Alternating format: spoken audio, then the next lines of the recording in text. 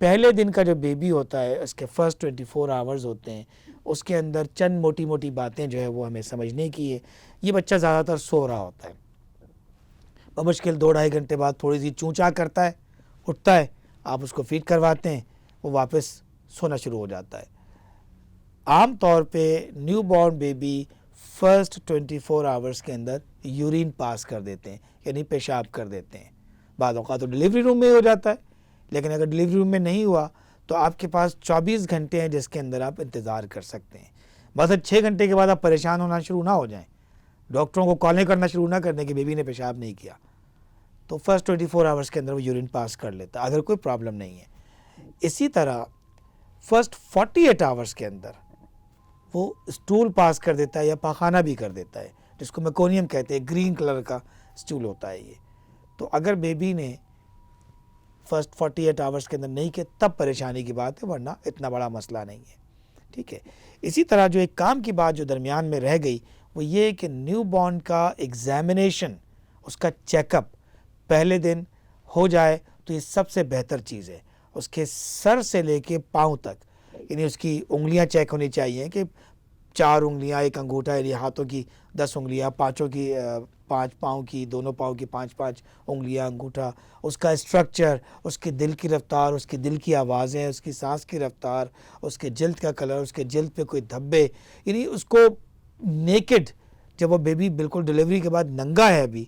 تو ایگزامینیشن ہونا چاہیے۔ بالفرض اگر آپ ڈاکٹر ہیں اور آپ وہاں آپ کی نرس نے بیبی کو ریسیو کیا ہے اور آپ بطور ڈاکٹر، پیڈیاٹریشین یا نیونیٹولوجسٹ جو کہ میری فیلڈ ہے،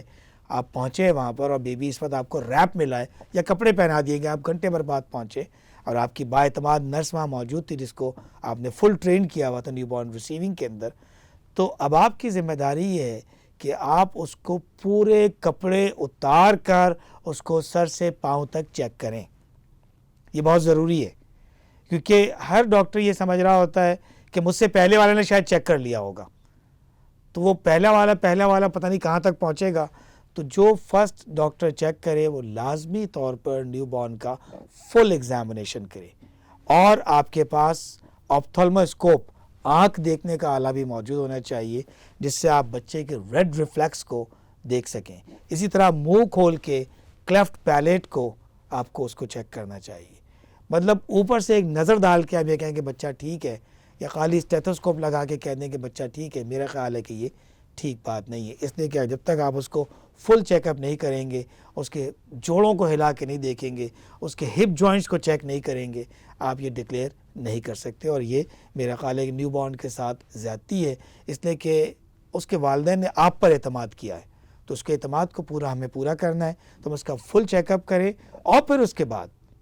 چیک اپ کے بعد جو ایک بہت امپورٹنٹ چیز ہے سوشل پوائنٹ آف ویو سے، ماں کی جو ہے سائیکلوجیکل پوائنٹ آف ویو سے، کہ ڈاکٹر اس کو جا کے بتائے کہ میں نے تمہارے بچے کو چیک کیا،